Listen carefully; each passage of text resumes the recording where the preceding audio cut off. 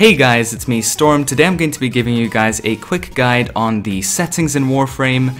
I'm mostly going to be covering the display settings, but I will be covering the other settings briefly after I've covered those. So for those of you who are interested in all the settings, you're welcome to check out the entire video, and I'm going to talk about the settings that are going to make the biggest difference overall in terms of both performance and quality. So here are my display settings. I play in borderless full screen just so that I can move my mouse from one screen over to the other. That just helps a lot so that I can live stream easier, and I can also record and do all my multitasking way better. But most of you guys will be playing in full screen. So the biggest difference in terms of everything, especially your frame rate and your performance, is going to be your video resolution. If you play the game in 1080p and your frame rate is not 60, it's like 30 or 40, you're going to want to drop this down to 720. You guys could also experiment with other resolutions, but from what I've seen and from what I've experimented with, and keep in mind I've done more than 40 hours of experimenting with the settings in Warframe, so you guys can take my words for granted. Just a quick note here guys, in the interface section you guys can show your frame rate here at the bottom left. So it's ideal that you have this on if you're testing how many frames per second your graphics card can handle if you're busy changing your display settings. Your refresh rate, you can have that at whatever your monitor's refresh rate is at. Mine's a max of 60, but other people might have all the way up to 240 Hz. So whatever your refresh rate is, you can set it to that. And so the next setting would be VSync. Most of you are going to want this off. If you have VSync on, then you're going to have input lag, and you're not going to want that at all. And let's go down over here. Okay, so next we have field of view. Most of you will have it at 65 if you haven't already changed it, and you guys can easily just put it straight up to 78 if you wish. I've played with 78 a lot, and I personally just prefer having it at 70. That's just my personal preference. Screen shake, turn it off. Just get rid of it. You don't want that in Warframe. It is really bad from my experiences. When I had it on, I could not aim. I couldn't. So turn that off, guys. So here's the next section, the graphics quality, and for those of you who have a NVIDIA 1050 or higher, you can probably run the game on max settings, and these are the max settings in my opinion, but as I've said earlier, you can take my words for granted. These are all the settings that you're going to want to use for the optimal experience in Warframe. Obviously, if you don't have a card like that, then I'm going to be talking about which settings you can turn off for more performance. So let's start off with the NVIDIA PhysX. Obviously, you won't even be able to use it if you don't have a NVIDIA card, but if you do, you can put it on, but trust me, it will use a lot of performance, and if you want that extra performance, you're going to want to turn that off. Runtime tessellation is the same thing. You can turn that off, and you will get more performance. All it really does is just makes objects in the distance look a bit better, but it doesn't affect the gameplay that much, other than the fact that it will drop your frame rate if your card's not good enough. So you can turn that off. Local reflections makes a very big difference in terms of your frame rate. It drops your frame rate a lot, and it's really not that necessary. So you guys can turn that off. It'll also turn off blur reflections as well. So turn that off if you want the extra frames per second and performance. So these next few settings over here, you guys can leave that on. From my tests, it does make the game look a bit better, and it hardly impacts your performance overall. If your graphics card still can't handle the game, no matter how low you put your settings, you're going to want to use dynamic resolution. Do not put it on auto. That's just going to make your game look horrible because it always changes the resolution. But pretty much all it does is it lowers the amount of pixels that it renders on the screen, which is just going to impact your performance a lot and give you a much higher frame rate. Now, next up are the textures. You guys can normally just leave this at medium for if you just have a normal graphics card. Medium does not make that big of a difference in comparison to low in terms of performance.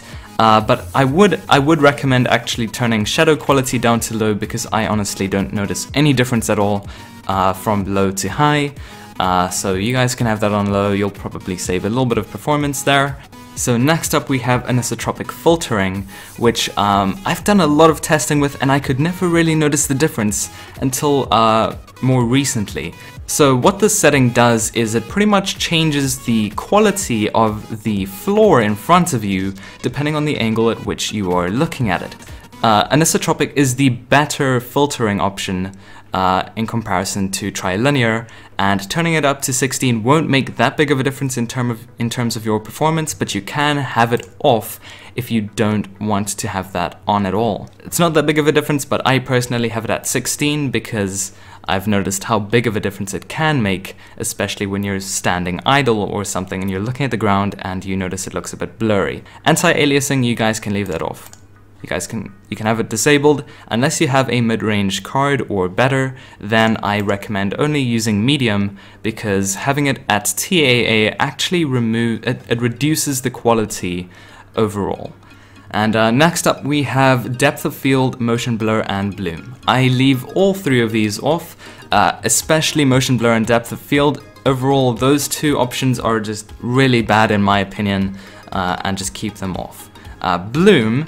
This comes down to personal preference. I've played with bloom for a long time and I've done so many tests, but bloom at 15 is your best option. It pretty much just makes the lights brighter, so things can look a little bit more flashy and shiny, and it can look nice in many places, and that's why I used to have it on a lot. But it does shine quite bright no matter what intensity you set it at, and in some cases you might not be able to see any textures or detail because the light is too bright, and that's why I personally just tend to keep bloom off, just so that I can see everything instead of having bloom impact me too much in some situations. Next up we have the biggest graphics option that changes the experience, and it hardly impacts performance at all. Having it on or off, you're going to notice almost no difference in frame rate, but you will notice a massive difference in quality. So I'm going to show you guys a little bit of a comparison between the two. This is what it looks like when it is on, and this is what it looks like when it is off. So you guys can see it's a massive difference, and I will say now, some people prefer to have it off because in some areas in older tile sets it can look better if it is off. But that's simply because the tile sets are older, of course. And obviously Warframe is getting new content all the time, that there are just new tile sets, and older tile sets are also going to get remastered. Overall, color correction looks much better, and you're going to want to have that on no matter what graphics card you have. That is a must-have option in my opinion. Dynamic lighting over here doesn't really make that big of a difference. You guys can have that on or off. It's up to you guys. And character shadows, who doesn't want shadows? It doesn't even impact your performance. You'll just have shadows so that you can actually the game looks better. Constant weapon trail, that's up to you guys. I don't like it. You guys can have that on or off. Same goes for the elemental FX for your weapons. If you have certain elements modded on your weapons, it will then have some shimmering or fire or whatever elements you have, and that'll be showing. I have that off just so that I can see the detail of whichever weapon I am using. Okay, so let's head over to audio now. Your master volume is completely up to you, but the rest of the settings down here, you guys can just copy it if you wish. These are just my preferences, and obviously if you want to talk to other players, you can have your voice enabled, and you can have your voice receive volume at whichever volume you wish, but obviously having it at 100 would be ideal. The next options I want to talk about are in the gameplay tab, and over here you can set your region. I personally set my region to Europe for most of the time, but if I'm playing late into the night, I actually switch over to North America, because that way I can find more games a lot easier, and there's more players awake at that time. And another big factor over here would be your matchmaking ping limit. If you set that to no limit, you'll be able to find almost any game, and that's generally what you want to do. If you want to go into a public game, you just want to get into one quick. And finally, we have the chat options. Now, if you're a brand new player, I would actually recommend turning region chat, recruiting chat, trade chat, those 3 chats, turn them off. If you're still a new player, because they're just going to confuse you. You're not going to really know what's going on. You don't know what they even mean.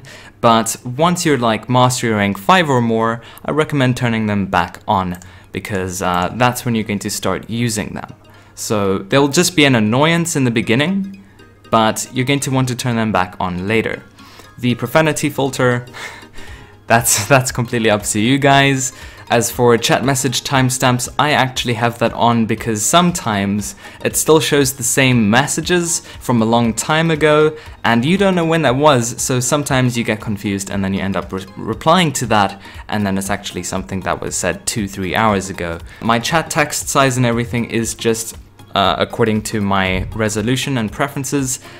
Just a quick tip over here, you can actually move your chat window around if you click on it and drag it around. I like to put it here in the bottom left corner, but you can put it anywhere you wish. And at the same time, you can also drag to change the size of the whole window. I think you'll probably have inline private messages on. You'll want to turn that off to avoid confusion, because let's say you were in the region chat and someone sent you a private message, it would actually show up in the region chat. And so I guess that's just about all the settings I wanted to cover. I hope this video is not too long, and I hope you guys learned a thing or two from it, and I hope this helps you guys. So thanks so much for watching, everyone, and I'll see you guys in the next video.